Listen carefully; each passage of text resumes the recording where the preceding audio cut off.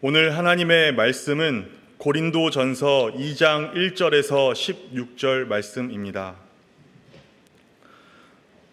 고린도전서 2장 1절에서 16절 말씀입니다. 하나님의 말씀을 봉독합니다. 형제들아, 내가 너희에게 나아가 하나님의 증거를 전할 때 말과 지혜의 아름다운 것으로 아니하였나니 내가 너희 중에서 예수 그리스도와 그가 십자가에 못 박히신 것 외에는 아무것도 알지 아니하기로 작정하였음이라. 내가 너희 가운데 거할 때 약하고 두려워하고 심히 떨었노라. 내 말과 내 전도함이 설득력 있는 지혜의 말로 하지 아니하고 다만 성령의 나타나심과 능력으로 하여 너희 믿음이 사람의 지혜에 있지 아니하고 다만 하나님의 능력에 있게 하려 하였노라. 그러나 우리가 온전한 자들 중에서는 지혜를 말하노니 이는 이 세상의 지혜가 아니요 또 이 세상에서 없어질 통치자들의 지혜도 아니요 오직 은밀한 가운데 있는 하나님의 지혜를 말하는 것으로서 곧 감추어졌던 것인데 하나님이 우리의 영광을 위하여 만세전에 미리 정하신 것이라. 이 지혜는 이 세대의 통치자들이 한 사람도 알지 못하였나니 만일 알았더라면 영광의 주를 십자가에 못 박지 아니하였으리라. 기록된 바 하나님이 자기를 사랑하는 자들을 위하여 예비하신 모든 것은 눈으로 보지 못하고 귀로 듣지 못하고 사람의 마음으로 생각하지도 못하였다 함과 같으니라. 오직 하나님이 성령으로 이것을 우리에게 보이셨으니 성령은 모든 것 곧 하나님의 깊은 것까지도 통달하시느니라. 사람의 일을 사람의 속에 있는 영 외에 누가 알리요? 이와 같이 하나님의 일도 하나님의 영 외에는 아무도 알지 못하느니라. 우리가 세상의 영을 받지 아니하고 오직 하나님으로부터 온 영을 받았으니 이는 우리로 하여금 하나님께서 우리에게 은혜로 주신 것들을 알게 하려 하심이라. 우리가 이것을 말하거니와 사람의 지혜가 가르친 말로 아니하고 오직 성령께서 가르치신 것으로 하니 영적인 일은 영적인 것으로 분별하느니라. 육에 속한 사람은 하나님의 성령의 일들을 받지 아니하나니 이는 그것들이 그에게는 어리석게 보임이요 또 그는 그것들을 알 수도 없나니 그러한 일은 영적으로 분별되기 때문이라. 신령한 자는 모든 것을 판단하나 자기는 아무에게도 판단을 받지 아니하느니라. 누가 주의 마음을 알아서 주를 가르치겠느냐? 그러나 우리가 그리스도의 마음을 가졌느니라. 아멘.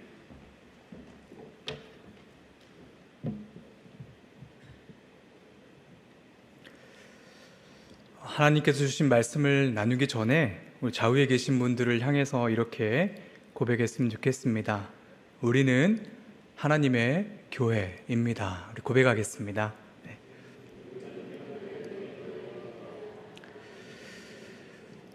그렇습니다. 우리는 모두 하나님의 교회입니다. 개인에서부터 우리가 말하는 교회에 이르기까지 모두 다 하나님께 소유된 자들이죠. 서로가 조금은 다른 신앙의 모습들을 갖고 있을 수도 있지만 모두 다 그 복음 안에서 하나 된 교회입니다. 고린도전서를 작성하며 바울이 던진 첫 마디가 바로 하나님의 교회였습니다. 1장 2절의 말씀입니다. 고린도에 있는 하나님의 교회 곧 그리스도 예수 안에서 거룩하여지고 성도라 부르심을 받은 자들과 또 각처에서 우리의 주 곧 그들과 우리의 주 되신 예수 그리스도의 이름을 부르는 모든 자들에게. 하나님의 교회는 예수 그리스도로 시작되고 완성됩니다.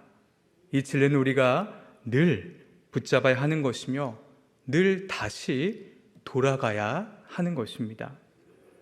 오늘 우리가 주목하고 싶은 점은 이 진리로 늘 돌아가야 한다는 점입니다. 고린도전서를 묵상하고 설교를 한다는 것은 조금 쉽지는 않습니다. 고린도 교회에는 분쟁과 다툼이 있었고 성적인 문란과 또 결혼과 이혼의 문제, 음식의 문제, 성만찬의 문제, 또 은사를 어떻게 사용하는지에 대한 문제, 부활에 대한 교리의 문제들이 있었습니다. 오늘날 우리 교회 안에 있는 동일한 또 비슷한 문제들이죠. 교회 안에 일어나는 여러 문제들을 이 성경의 잣대로 바라봐야 하기 때문에 참으로 어렵고 또 불편합니다. 하나님께서 말씀을 통해 우리에게 주시는 것은 그 잘못을 들춰내고 비판하는 데 있지 않습니다. 분명하게 말씀하시죠. 너희는 나의 교회이며 다시금 예수 그리스도와 십자가의 진리를 생각하고 돌아가라 입니다. 바울은 1장에서 4장까지 고린도 교회에 있는 분쟁과 다툼의 문제를 다루고 있습니다. 고린도 교회는 우리가 알다시피 바울파, 아볼로파, 게바파, 그리스도파로 나뉘어져 서로가 다투고 있었습니다. 왜 이들은 서로 나뉘어져서 다투게 되었을까요? 여기 계신 남성분들은 군대에 갈 때 듣는 이야기가 있습니다. 줄을 잘 서야 돼 라는 말이죠. 훈련을 마치고 자대 배치를 받을 때 줄을 잘 서야 한다는 의미도 있습니다. 또 어떤 선임에게 줄을 대고 친해져야 하는지도 의미합니다. 이러한 논리는 학교에서나 직장에서나 다 적용되죠. 조직 내에서 주류인 선배와 친해져야 합니다. 그래야 승진도 빠르고 어려울 때 도움을 쉽게 얻을 수 있기 때문이죠. 이것은 세상에서 통용되고 우리에게 익숙한 지혜입니다. 문제는 이러한 지혜를 교회 안으로 갖고 들어오는 것이죠. 고린도 교회는 누구에게 세례를 받았는지를 놓고 나뉘었습니다.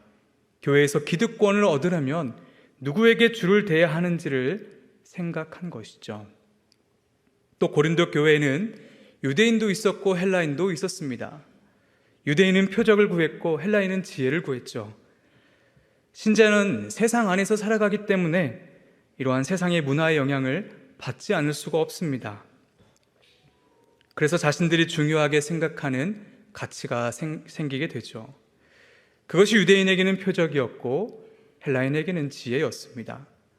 결국 이들은 자신들을 만족시켜줄 수 있는 어떤 사람을 쫓아 여러 파로 나뉘어진 것이죠. 그래서 바울은 이들의 잘못을 꼬집으며 복음의 본질이 무엇이며 너희들의 신앙의 출처가 어디인지를 명확하게 알려주고 우리에게 권면하고 있습니다. 다시금 진리로 돌아갈 것을 요구하는 것이죠. 그렇다면 이들이 또는 우리가 돌아가야 할 진리가 무엇입니까? 1장 18절부터 31절에 크게 두 가지를 말합니다. 첫 번째로 복음의 출처는 너희들이 생각하는 표적과 지혜가 아니라 바로 하나님이시다입니다. 고린도 교인들은 자신들의 경험을 토대로 복음의 출처를 표적과 지혜에 두었습니다. 그 결과 당파가 생긴 것이죠.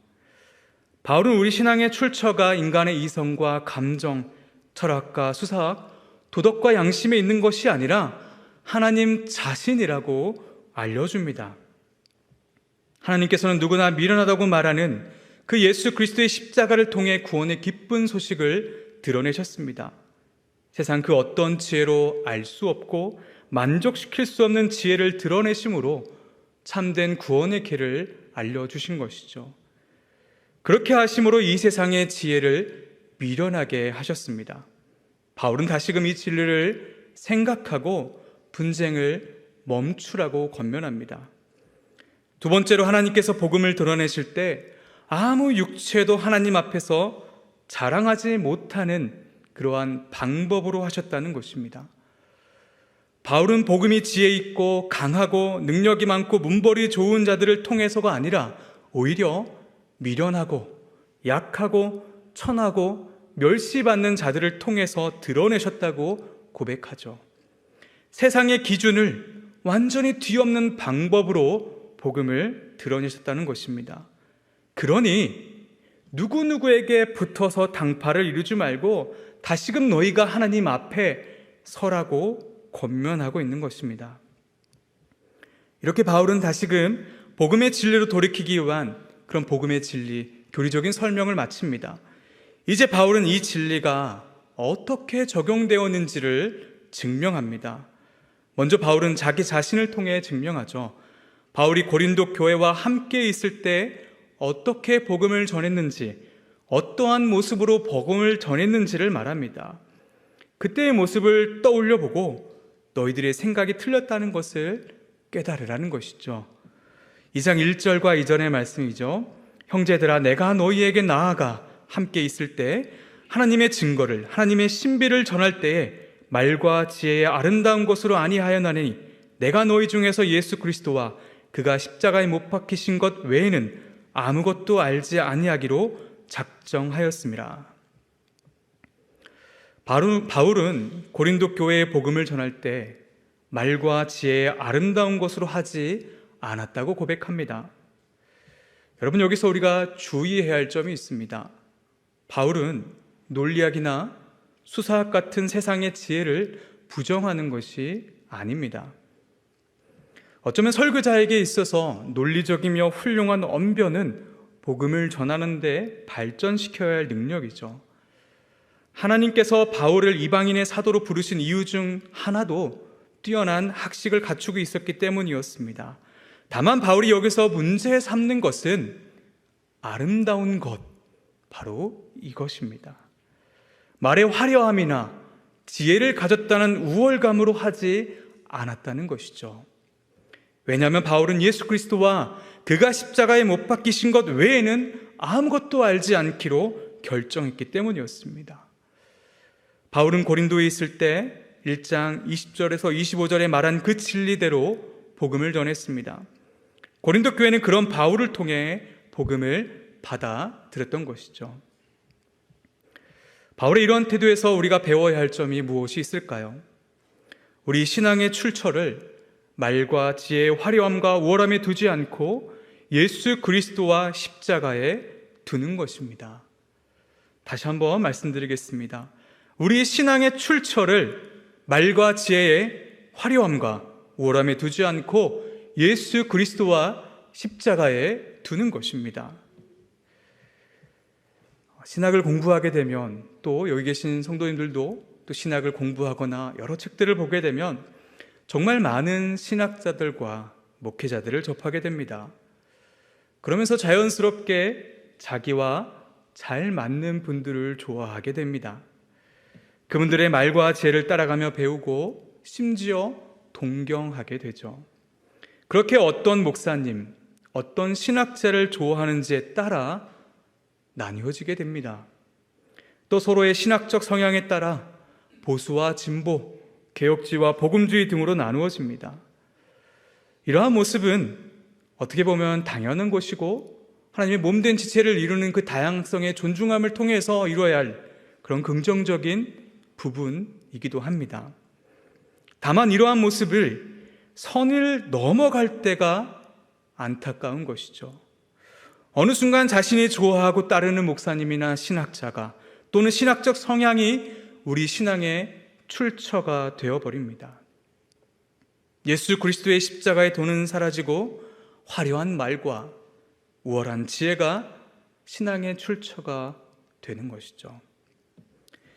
물론 신학을 배우는 데 있어서 바른 신학자, 바른 목회자에게 배우는 것은 매우 중요한 일입니다.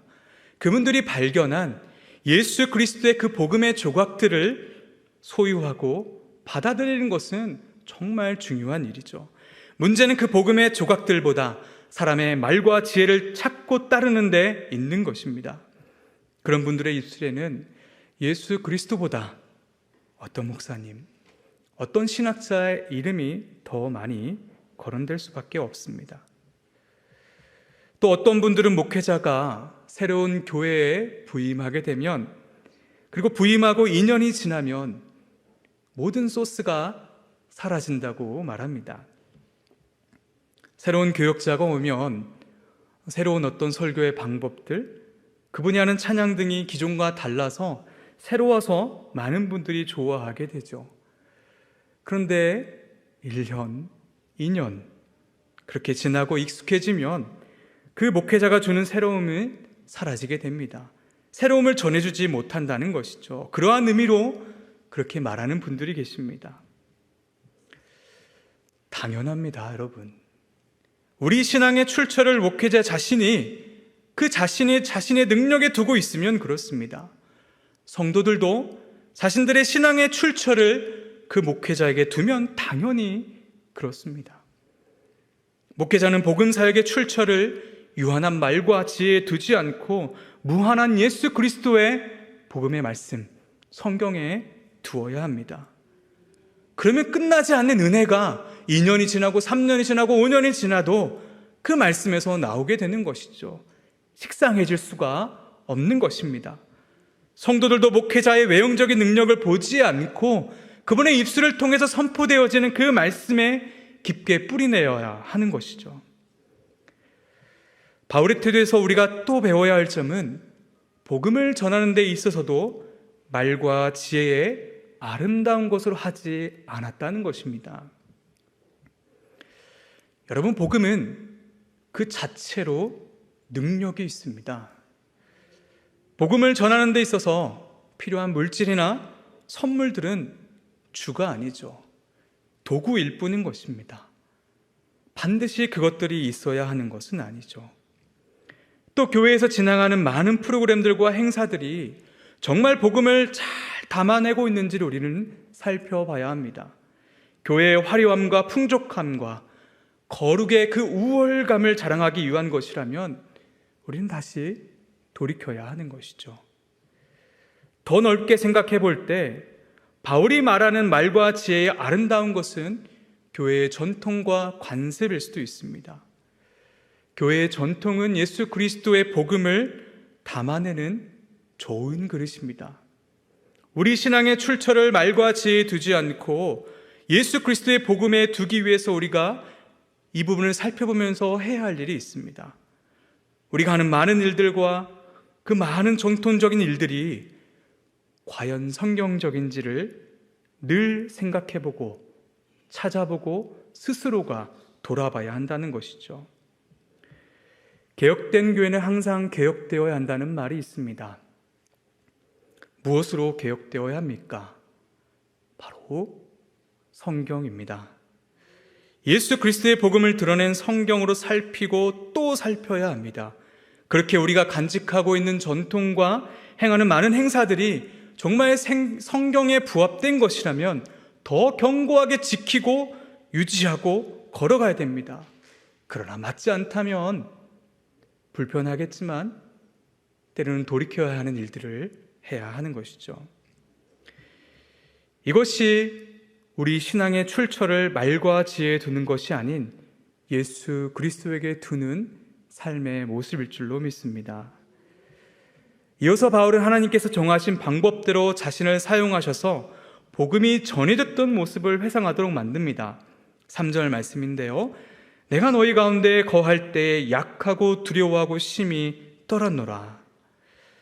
하나님께서는 미련하고 약한 자들을 택하셔서 복음을 드러내셨습니다.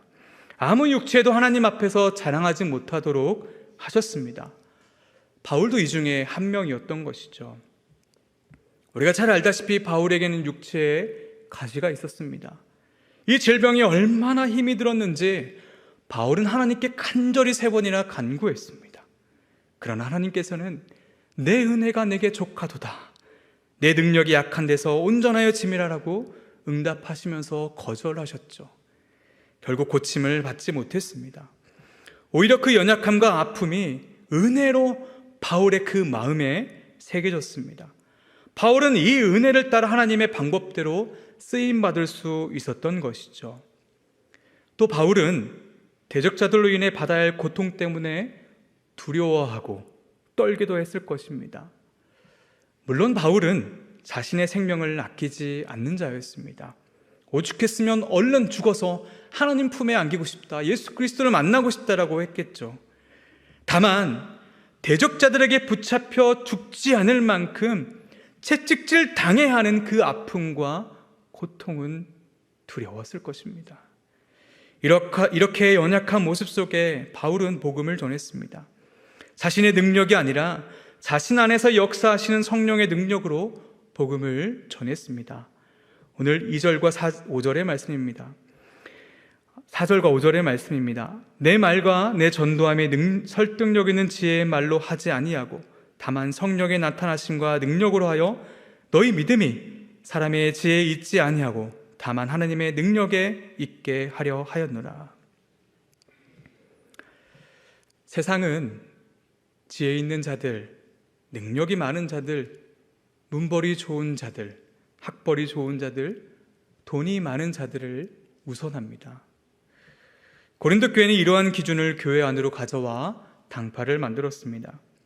그러나 하나님의 섭리는 세상과는 정반대였습니다.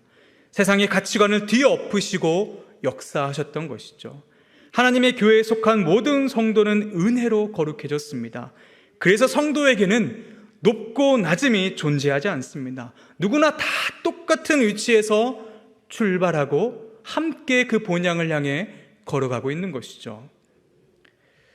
그런데 우리는 안타깝게도 고린도 교회의 모습처럼 세상의 기준을 갖고 교회 안으로 들어올 때가 있습니다. 내가 사회에서 어떤 일을 하고 있는지, 또 어떤 일을 했는지, 내가 어떤 직장을 다니고 있는지 또는 다녔었는지, 내 사회적 지위가 얼마나 높은지, 내 가방끈이 얼마나 긴지, 내 고향은 어디인지, 모두가 복음 앞에 죄인이며 평등하다고, 내가 사회적 지위와 명예와 그 부를 얻으려고 얼마나 노력했는데 다 없는 것처럼 하라고? 안 돼. 여러분, 여기서 오해하지 말아야 할 것은 우리에게 선물로 주어진 이 부와 명예, 사회적 지위, 직장이 중요하지 않다고 말하는 것이 아닙니다. 매우 중요합니다. 복음 전파를 위해서도 매우 중요하죠. 나쁘고 부정한 것들이 아니라 하나님께서 우리에게 주신 귀한 선물입니다. 다만 이러한 것들이 우리들의 아름다운 것이 될 때가 문제인 것이죠. 교회 안으로 가져와 서로를 나누는 기준으로 작용할 때가 문제입니다. 기준이 된다는 것은 무엇을 뜻합니까? 결국 우리 신앙의 출처가 이러한 외적인 것에 영향을 받고 있다는 것이죠. 오늘 말씀에 비추어 다시금 우리를 돌아보기를 소망합니다. 이제 바울은 6절에서 16절까지 하나님의 지혜, 복음이 우리에게 어떻게 개인적으로 우리 안에서 적용되는지를 설명합니다.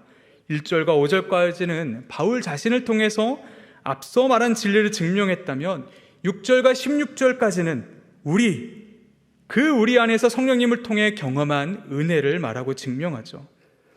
먼저 바울은 하나님을 사랑하며 신령한 자들에게는 하나님의 지혜인 예수 그리스도의 복음이 드러났음을 고백합니다. 그런데 이 지혜가 세상이 창조되기 전에 하나님의 기뻐하시는 의지에 따라 미리 결정된 것이라고 고백하죠. 7절의 말씀입니다. 오직 은밀한 가운데 있는 하나님의 지혜를 말하는 것으로서 곧 감추어졌던 것인데 하나님이 우리의 영광을 위하여 만세전에 미리 정하신 것이라. 이렇게 하나님께서 나타내신 이 복음은 믿는 이들에게는 드러난 비밀이었습니다. 그러나 믿지 않는 이들에게는 여전히 숨겨진 비밀입니다. 세상의 지혜로 드러나는 복음이 아니기 때문이죠. 하나님의 교회인 우리에게 허락된 은혜는 우리가 살아가면서 어찌어찌해서 공로로 받은 것이 아닙니다. 그저 하나님의 기뻐하심에 따라 창세전에 미리 결정된 것이죠. 그런데 어떤 이들은 이러한 하나님을 보며 불의하다고 말합니다. 하나님 마음대로 사람에게 기회도 주지 않고 어떤 사람은 택하고 어떤 사람은 택하지 아니했으니 불공정하다, 불의하다라고 외치는 것이죠. 그런데 여러분, 이 세상 모든 사람은 아담 이후에 전적으로 부패한 상태에서 태어납니다. 늘 우리의 본성은 하나님 앞에서 악할 수밖에 없죠. 본질상 진노의 자녀로 태어나게 됩니다. 그런 우리들을 하나님께서 한 사람도 구원해 주시지 않고 모두 다 영원한 심판에 던지신다면 하나님이 불의하신 것일까요? 당연히 아닙니다. 하나님에게는 불의가 있을 수 없는 것이죠. 중요한 것은 우리가 하나님의 지혜를 받아들이고 하나님의 도우심을 통해 그 지혜를 받아들이고 믿고 있다는 것입니다. 이것이 진리이고 이것이 우리가 바라봐야 할 것인 것이죠. 며칠 전에 어떤 분의 이야기를 듣게 되었습니다. 그분은 현대의학으로 완치될 수 없는 병을 갖고 있습니다. 건강한 청년이 한순간에 그 병으로 일생을 어려움 가운데 살아가게 된 것이죠. 너무나 힘이 들어 하나님을 원망하기도 하고 불평하기도 했습니다. 왜 내게 이런 일이 일어났는지 묻고 또 물은 것이죠. 그러던 중 하나님의 택하심에 대한 이 진리를 접하고 이제는 이렇게 고백합니다. 내가 아픈 걸 하나님께서 정하신 것이 아니면 안 됩니다. 이유를 알 수 없어 여전히 불평이 나올 때가 있지만 하나님께서 정하신 것이라면 분명 뜻이 있을 것이라는 그 소망을 붙잡은 것이죠. 하나님께서 정하신 것이 아니라면 그것만큼 비참한 것이 없습니다. 하나님의 작정과 애정은 피해야 하는 진리가 아니라 우리가 반드시 꼭 붙잡아야 하는 그런 은혜의 그러한 내용인 것이죠. 물론 오늘 본문에 나오는 그 미리 정하신 것은 구원에 관한 일을 말합니다. 그러나 우리 삶의 모든 일은 이 하나님의 작정 가운데 포함되어 있습니다. 우리 삶의 고통과 고난의 문제를 해결해 줄 수 있는 유일한 길인 것이죠. 이어서 바울은 10절에서 13절에 하나님의 지혜를 드러내시는 성령님에 대해서 고백합니다.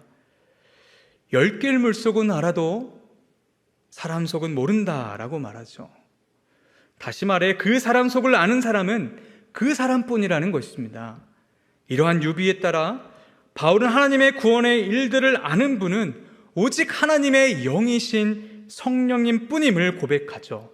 10절과 11절 말씀입니다. 오직 하나님이 성령으로 이것을 우리에게 보이셨으니 성령은 모든 것 곧 하나님의 깊은 것까지 통달하시느니라. 사람의 일을 사람의 속에 있는 영 외에는 누가 알리요? 이와 같이 하나님의 일도 하나님의 영 외에는 아무도 알지 못하느니라.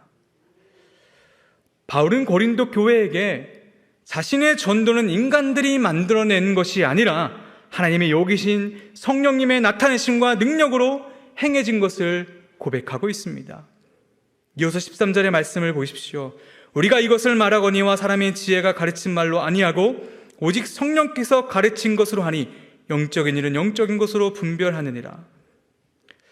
바울은 우리 안에 복음이 작용하는 것이 사람의 능력으로 된 것이 아니니 더 이상 사람에 따라 당파를 만들지 말고 모두가 같은 말을 하고 같은 마음과 같은 뜻으로 온전히 하나가 되라라고 이 말씀을 통해 권면하고 있는 것입니다. 이어서 마지막으로 바울은 하나님의 지혜를 세상이 받아들이지 못하는 이유를 14절에 이렇게 말합니다. 육에 속한 사람은 하나님의 성령의 일들을 받지 아니하나니 이는 그것들이 그에게는 어리석게 보이며 또 그는 그것들을 알 수도 없나니 그러한 일은 영적으로 분별되기 때문이라. 이들은 육에 속한 자들이기에 하나님의 지혜를 받아들이지 않습니다. 받아들이지 못합니다. 하나님의 지혜는 말과 지혜의 화려함과 우월함으로 깨달을 수 없기 때문인 것이죠. 아무리 말과 지혜로 알려고 노력하지만 오히려 하나님의 지혜는 어리석게 보여 받아들이지 못하게 되는 것입니다. 이제 말씀을 정리하고자 합니다. 고린도 교회의 분쟁과 다툼의 원인은 말과 지혜의 아름다운 것에 있었습니다. 자신들이 살아온 문화적 배경에 따라 중요시하는 것들을 신앙의 출처로 삼고 그것을 쫓아 바울파, 아볼로파, 게바파, 그리스도파로 나누어진 것이죠. 바울은 우리 신앙의 출처는 말과 지혜의 아름다운 것에 있는 것이 아니라 복음 그 자체에 있음을 이야기하고 있는 것입니다. 이러한 사실을 자신의 경험과 고린도 교인들의 경험을 통해서 성령님의 그 역사하심을 통해서 증명해냈습니다. 사랑하는 성도 여러분, 오늘 말씀을 통해서 우리도 다시 복음으로 돌아가야 합니다. 불편하시죠? 그러나 다행히도 우리 교회는 분쟁과 다툼이 없습니다. 그럼에도 개인에서부터 공동체에 이르기까지 우리는 모든 영역들을 오늘 주신 말씀을 통해 돌아봐야 하는 그러한 일을 해야 되는 것이죠. 만약 우리의 신앙의 출처가 우리가 가진 그 무엇이라고 드러난다면 바꿔야 합니다. 무엇보다 분쟁과 다툼이 없도록 우리는 그리스도의 마음을 품어야 합니다. 바울은 16절의 마지막 말을 이렇게 건넵니다. 그러나 우리가 그리스도의 마음을 가졌느니라. 예수 그리스도는 하나님의 본체시며 하나님과 동등하신 분이십니다. 그러나 우리를 사랑하심으로 그 모든 것을 버리고 종의 형체로 사람의 모양으로 이 땅에 오셨습니다. 그리고 죽기까지 순종하심으로 십자가에 죽으셨습니다. 그에 대한 우리가 걸어가야 할 길은 바로 이 십자가의 길, 겸손과 순종의 삶인 것이죠.